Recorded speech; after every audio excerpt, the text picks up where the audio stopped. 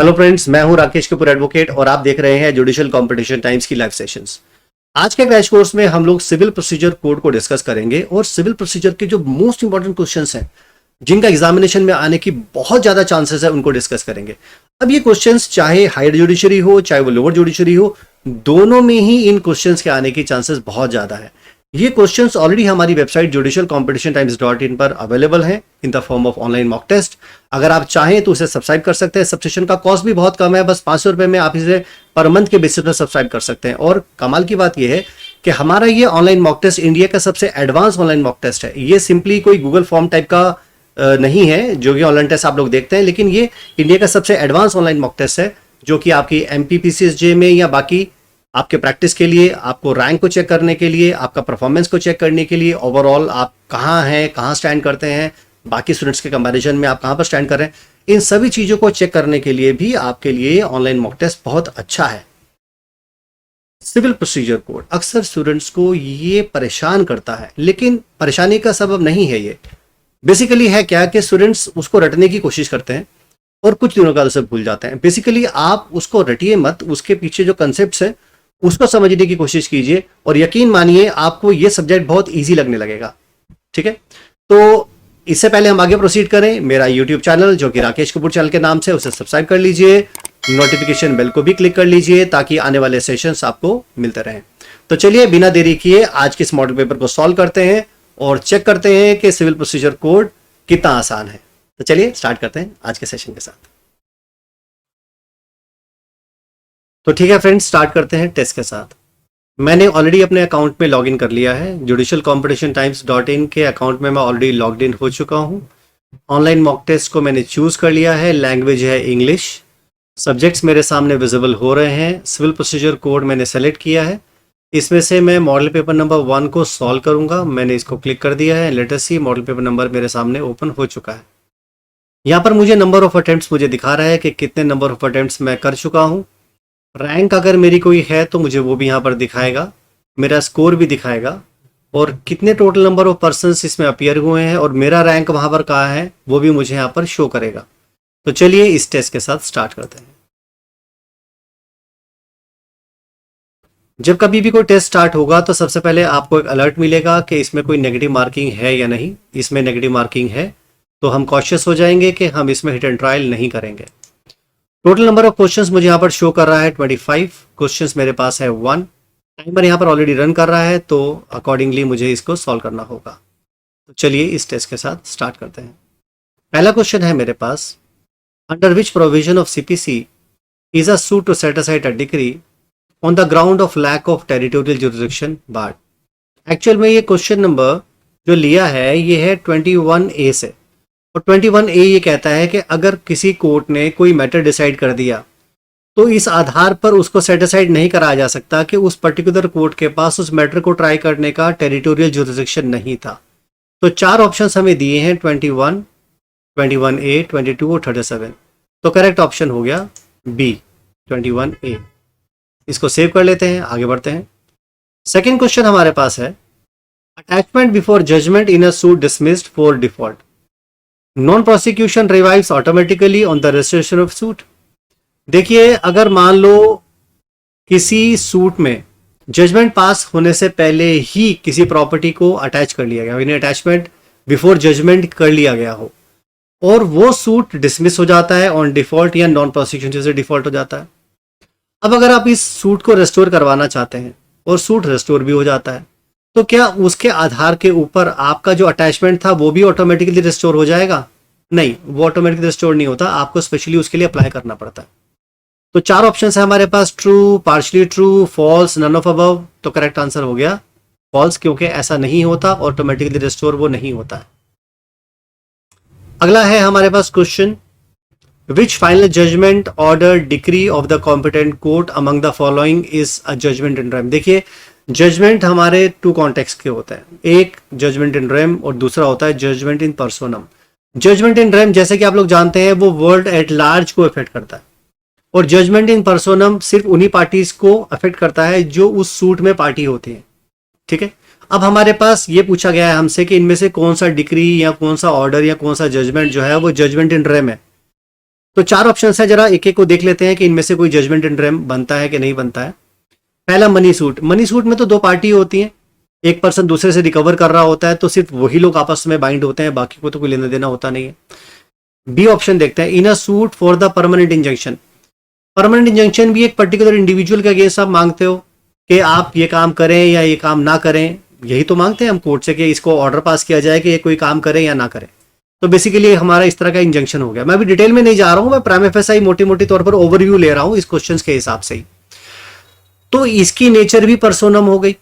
तीसरा, इन excise of matrimonial और insolvency jurisdiction. हाँ, इंसॉल्वेंसी जुरिसडिक्शन, इसमें अगर एक आदमी ने ये कह दिया कि मैं दिवालिया हो गया हूं और कोर्ट ने डिक्लेयर भी कर दिया कि ये इंसॉल्वेंट हो गया, तो फिर कोई भी पर्सन उससे अमाउंट को रिकवर नहीं कर सकता क्योंकि वो तो इंसॉल्वेंट हो गया। तो उसकी इंसॉल्वेंसी का जजमेंट वर्ल्ड एट लार्ज के अगेंस्ट इफेक्ट होगा।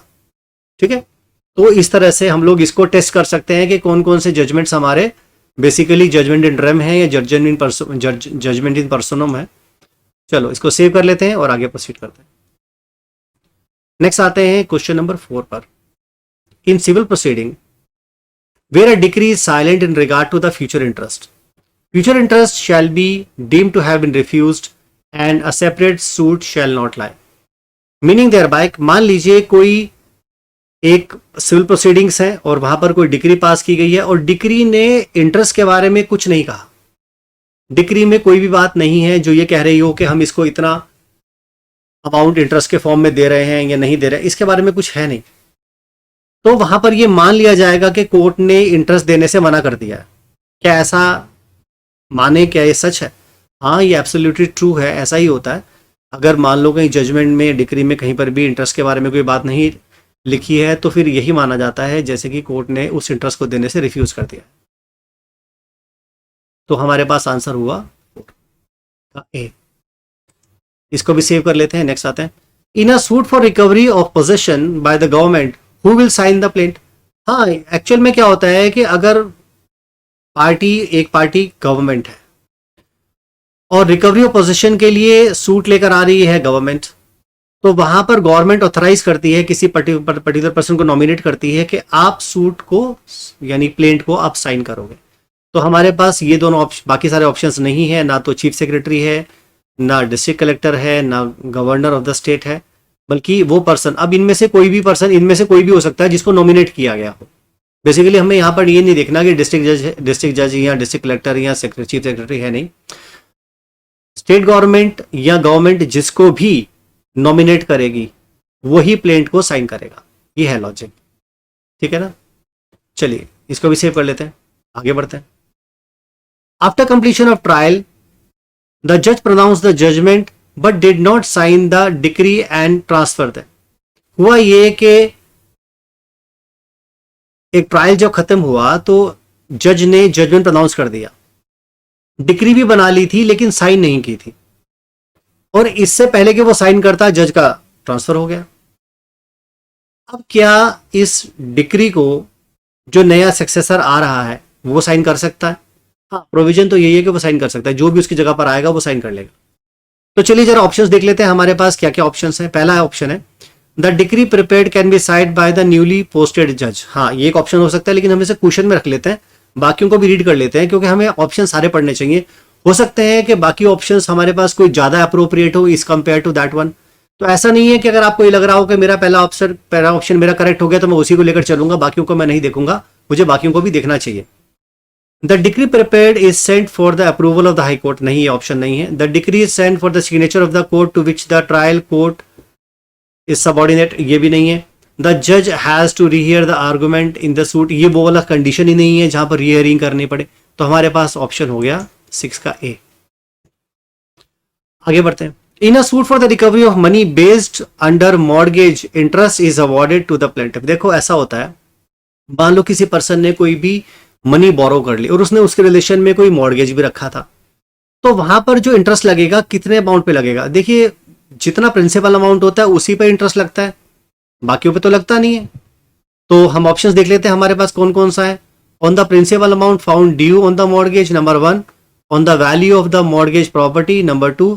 Only on the cost of the suit awarded, none of above. हाँ, ये तो क्लियर कट है, हमारे पास आप ऑप्शन ए है, तो ए ही करेक्ट आंसर है। चलिए नेक्स्ट आते हैं 8th पर। 8 में वो कहते हैं when proper court fees is not paid by the plaintiff the court shall reject the plaint, number 1, shall grant time to the plaintiff to pay the deficit court fees, तीसरा the court shall send a report to the government, और चौथा none of above. देखिए provision ये है कि अगर court fees deposit नहीं हुई है तो कोर्ट आउटराइटली बजाय इसके कि प्लेंट को रिजेक्ट करे, वो प्लेंटिफ को टाइम पीरियड दे देगी कि इतने टाइम पीरियड में आप अपना कोर्ट फीस डिपॉजिट कर दीजिए। अगर वो उस पीरियड में कोर्ट फीस डिपॉजिट नहीं करता, सिर्फ तभी उसको रिजेक्ट किया जाएगा, अदरवाइज आउटराइटली उसे रिजेक्ट नहीं किया जाता। तो हमारे पास ऑप्शन हो गया सॉरी शेयर ग्रांट, हाँ तो बी। चलो नेक्स्ट आते हैं 9 पर। The petition for revival of a judgment would lie only when, यानी कि अगर आप रिव्यू का जजमेंट लगाना, रिव्यू का कोई भी पिटिशन लगाना चाहते हैं किसी जजमेंट के अगेंस्ट, कब लगा सकते हैं? देखिए रिव्यू हमारा तब लगता है जब या तो कोई प्रोविजन अपील का ना हो, और अगर अपील का प्रोविजन दिया हुआ है तो अपील फाइल ना की गई हो और टाइम पीरियड निकल गया और अपील फाइल ना की गई हो, तो तब हम लोग रिव्यू फाइल करते हैं। तो इनमें से देख लेते हैं कोई ऑप्शन हमारे पास अवेलेबल यहाँ पर है या नहीं है। तो यहाँ पर हमारे पास जो ऑप्शन दिया है वो ये कहते हैं the person partially obeyed the judgment, number 2 deposit entire decretal amount, number 3 appeal is allowed by CPC but no appeal has been preferred. हाँ, ये थर्ड वाला हमारा करेक्ट है, लेकिन इसको क्वेश्चन में रख लेते हैं और फोर्थ वाले को भी पढ़ लेते हैं। Leave of court is obtain for filing review, नहीं ये भी नहीं है, तो हमारा सी ही करेक्ट आंसर है, तो इसको हम सेव कर लेते हैं। नेक्स्ट है हमारे पास question number 10। Representative suit under order number 1 rule 8 of CPC may be permitted by the court when, यानी कि रिप्रेजेंटेटिव सूट कोर्ट कब अलाउ करती है? देखिए रिप्रेजेंटेटिव सूट तब डलता है जब काफी सारे लोग उस मैटर में इन्वॉल्व होते हैं, उन सब का कॉमन इंटरेस्ट इन्वॉल्व होता है उस सूट के अंदर, तब हम लोग रिप्रेजेंटेटिव सूट लेकर आते हैं। तो चलिए जरा ऑप्शंस में देख लेते हैं हमारे पास क्या क्या दिया है। Numerous persons are party in another suit, ये तो ऑप्शन नहीं है। Numerous persons belong to the same family, same family का कोई लेना देना नहीं होता। Numerous person have the same interest in one suit, हाँ ये करेक्ट आंसर लग रहा है, तो ठीक है हम इसी को मेंशन कर देते हैं, रादर यही हमारे पास करेक्ट आंसर है। चलिए नेक्स्ट आते हैं। In the suit for the payment of money the court में पास इंस्टॉलमेंट डिक्री। देखिए ऐसा होता है कि जब मनी की रिकवरी के लिए कोई भी डिक्री पास की जाती है तो कोर्ट इंस्टॉलमेंट भी बना सकती है और वन टाइम पेमेंट करने के लिए भी कह सकती है। अगर मान लो कोर्ट ने डिक्री में ही वन टाइम पेमेंट करने के बारे में बात कर दी और एग्जीक्यूशन जब डाला गया तो उस समय पर वो कहने लगा साहब मेरे पास इतना पैसा नहीं है, मैं एक साथ नहीं दे सकता, तो कोर्ट ये भी कर सकती है कि एग्जीक्यूशन से पहले उसको इंस्टॉलमेंट बना दे, या कोर्ट के पास ये भी ऑप्शन होता है कि जिस समय पर कोर्ट डिक्री पास कर रही है उसी समय पर ही इंस्टॉलमेंट बना दे। तो ये तो हमारा प्रोविजन है। अब इस प्रोविजन के लाइट में हमारे पास जो क्वेश्चन है वो देख लेते हैं और ऑप्शंस हमारे पास क्या क्या है जरा उसको एक बार परयूज कर लेते हैं। पहला ऑप्शन हमारे पास है when defendant admits the claim, नहीं ये तो नहीं है। At the time of passing decree और thereafter before the execution petition, हाँ ये करेक्ट आंसर है। और भी ऑप्शंस है at the execution stage, at the time of sale of property, नहीं ये नहीं है, तो बी आंसर ही हमारे पास करेक्ट है। चलिए इसको आगे बढ़ते हैं। Question number 12। A judgment contains a concise statement of case. Yes, judgment writing में हम लोग क्या सीखते हैं?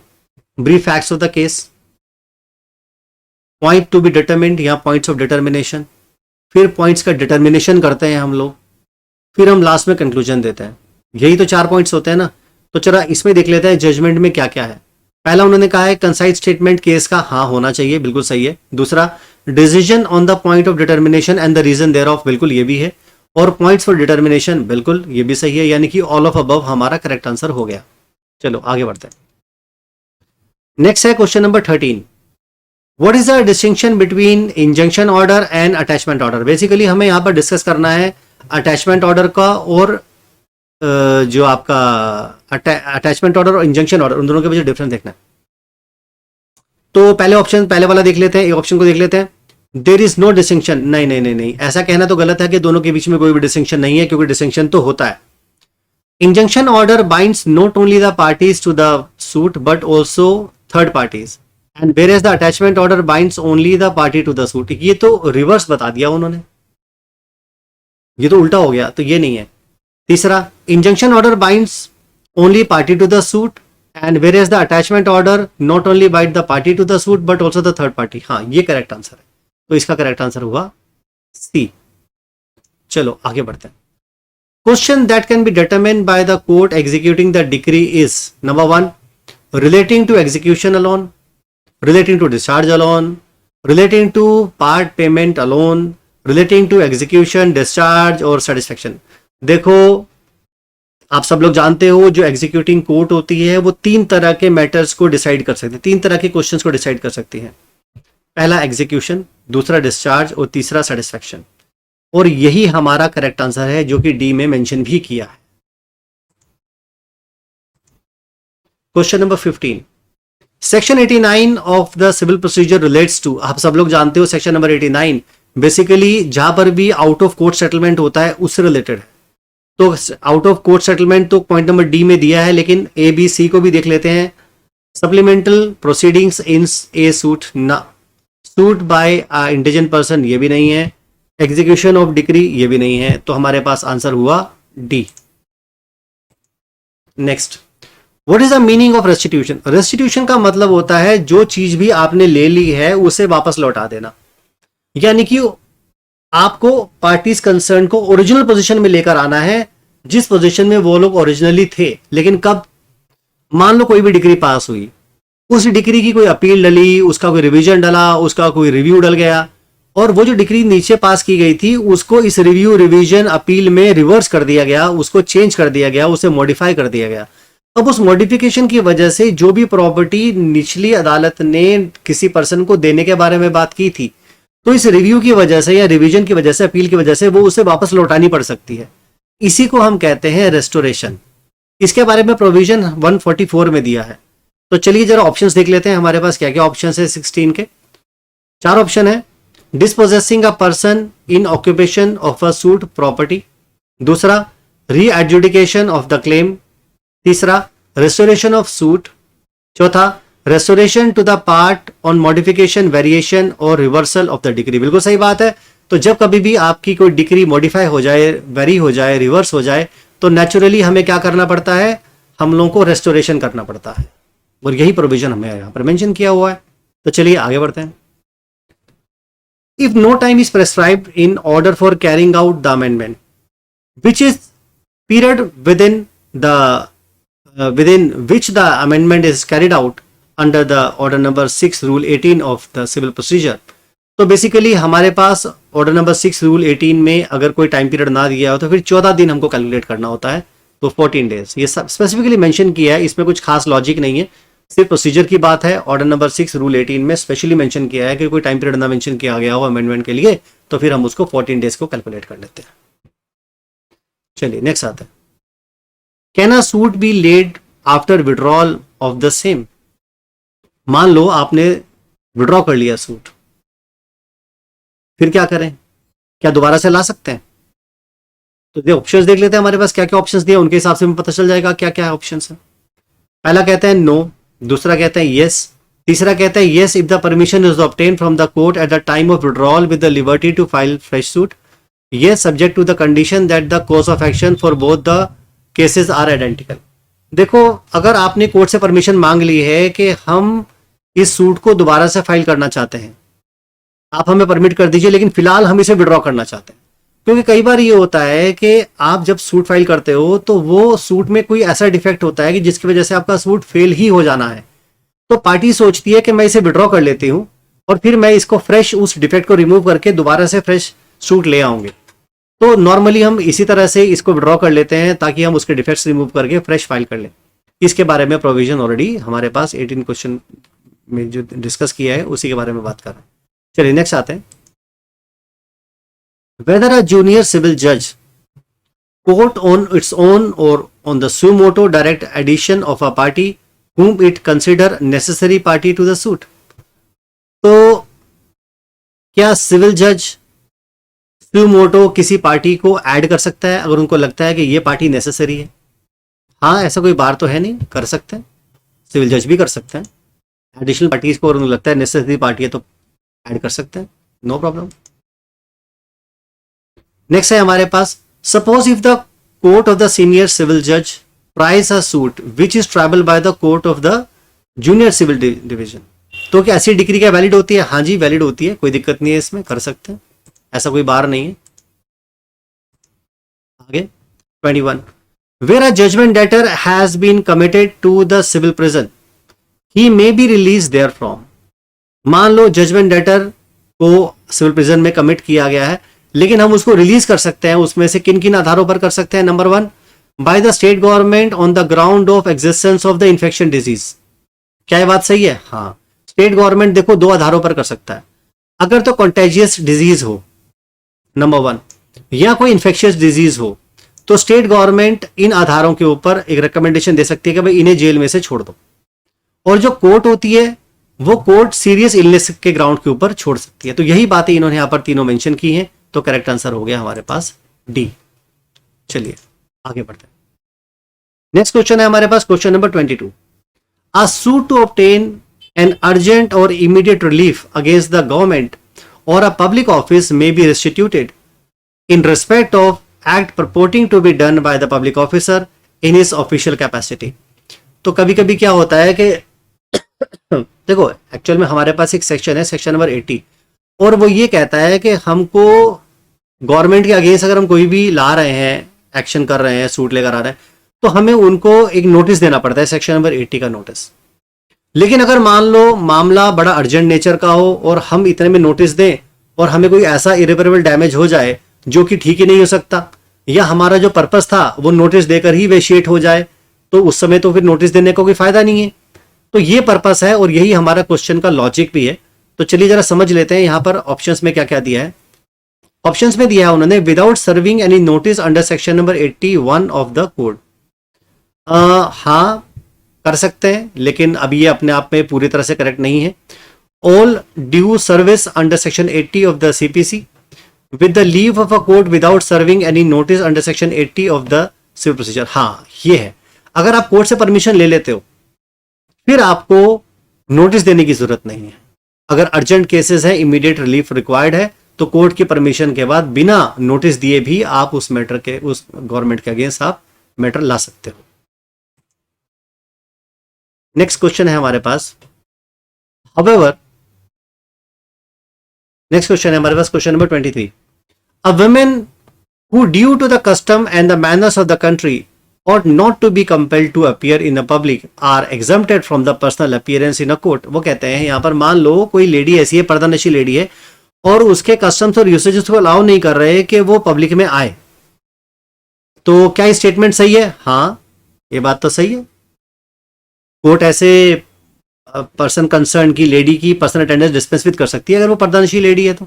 दूसरा, however nothing shall be deemed to exempt such women from arrest in execution of the civil process in any case in which the arrest of a woman is not prohibited by the CPC। बिल्कुल सही बात है, अगर ऐसी lady के against, पर्दानशी lady के against अगर कोई भी डिक्री जारी होती है ना, तो उसे अरेस्ट कर सकते हैं, कोई दिक्कत वाली बात नहीं है। तो दोनों स्टेटमेंट हमारी करेक्ट हो गई, ए एंड बी ये दोनों करेक्ट है। चलो इसको भी हमने सेव कर दिया। नेक्स्ट है हमारे पास क्वेश्चन नंबर 24, और क्वेश्चन नंबर 24 क्या कहता है? क्वेश्चन नंबर 24 कहता है, an application for bringing on record the legal operative of the party has to be filed within, कितने दिनों में फाइल करनी होती है लीगल ऑपरेटिव को ऐड करने के लिए? 90 दिनों में, 90 डेज में। और लास्ट क्वेश्चन जो है हमारे पास वो ये है, the order noting compromise among the parties as pass under the provisions of the order number 20 rule number order number 23 rule 3 of CPC. तो ये कैसा होना चाहिए? Has to be in writing and duly sign by the parties respective. हाँ compromise करोगे तो भैया sign भी करोगे, अपना राइटिंग में लिखोगे, सिग्नेचर भी करोगे, सब कुछ करोगे। So these are all questions. तो चलिए जरा सबमिट कर लेते हैं और चेक करते हैं कि इन्होंने पूछा है कि सबमिट कर दें, हमने कहा यस, तो फाइनली सबमिट कर दिया। हमारे पास जो परफॉर्मेंस का जो एक मैसेज आया है वो कहते हैं बहुत अच्छा किए आपने, very good performance, hope you will surely crack the judicial examination but do not stop here only, keep studying, goal is near you. यानी कि हमारे सिस्टम ने एनालाइज कर लिया और ये कहा कि आप बहुत अच्छा परफॉर्म कर रहे हो और आपके चांस सिलेक्शन के चांसेस बहुत अच्छे हैं। अगर आप ज्वाइन करना चाहते हैं क्लासरूम्स तो भी ज्वाइन कर सकते हैं, तो यहाँ पर क्लिक करके आप क्लासरूम्स को भी ज्वाइन कर सकते हैं। अब यहाँ पर हमारे पास पूरा परफॉर्मेंस का चार्ट दिखा रहा है हमारे पास, यहाँ आप देख सकते हो कब हमने टेस्ट दिया, कितने क्वेश्चन अटेम्प्ट किए, कितने अटेंड नहीं किए, कितने रॉन्ग थे सारा, और हमारा रैंक भी हमको दिखा रहा है। Your rank is 23 out of this. तो हमारा रैंक पहले से आप कहेंगे सर मेरी रैंक 23 क्यों है? आपकी रैंक 23 इसलिए है क्योंकि टाइम भी कैलकुलेट करता है कि आपने टाइम कितना लिया है उसको सॉल्व करने में, तो रैंक उसके हिसाब से भी बनती है। ठीक है, तो दैट्स ऑल, ये पूरा आपको दिखा रहा है। अगर आप इसे करेक्ट आंसर्स देखना चाहते हैं तो व्यू आंसर पर जाइए और उसके बाद जाने के बाद आपके सारे आंसर्स जो उसके करेक्ट आंसर क्या हैं और आपने क्या मेंशन किया है वो सब के सब आपको यहाँ पर शो कर देगा। ठीक है, मैं उम्मीद करता हूँ कि ये सारे क्वेश्चंस जो भी हमने डिस्कस किए हैं ये आपको प्रॉपर्ली समझ में आ गए होंगे। हमारे वेबसाइट पर इस कॉन्टेक्स्ट में मोर देन 10,000 क्वेश्चंस अवेलेबल हैं जो कि आपके प्रैक्टिस के लिए अवेलेबल हैं। इन सभी जितने भी मॉडल पेपर्स हैं इन सबको आप सॉल्व कर सकते हैं। 10,000 क्वेश्चंस 1 मंथ की सब्सक्रिप्शन के लिए just for the sake of 500 rupees available है। चीपेस्ट एंड बेस्ट है जुडिशरी के लिए, आप जब चाहो इस टेस्ट को दे सकते हो। ऐसा भी नहीं है कि हम एक टेस्ट करके आपको देंगे या आपको वेट करना पड़ेगा, इट्स नॉट लाइक दैट। इसका ज्वाइन करने का जो प्रोसेस है ऑलरेडी हमारे पास ऑनलाइन मॉक टेस्ट का जो मॉड्यूल है वहां पर प्रोसेस दिया हुआ है, एक छोटा सा वीडियो भी बना हुआ है, उसको आप देख सकते हैं। वीडियो का डिस्क्रिप्शन मैं यहाँ पर लिंक में दे दूंगा, तो उससे आप देखकर उसको ज्वाइन कर सकते हैं। इस क्रैश कोर्स को अगर ज्वाइन करना चाहते हैं तो उसके लिए भी डिस्क्रिप्शन में मैं लिंक दे दूंगा, उसको भी आप देख सकते हैं। तो दैट्स ऑल फॉर टुडे। मैं उम्मीद करता हूँ आपको वीडियो अच्छा लगा होगा। Thank so much. जय हिंद, जय भारत।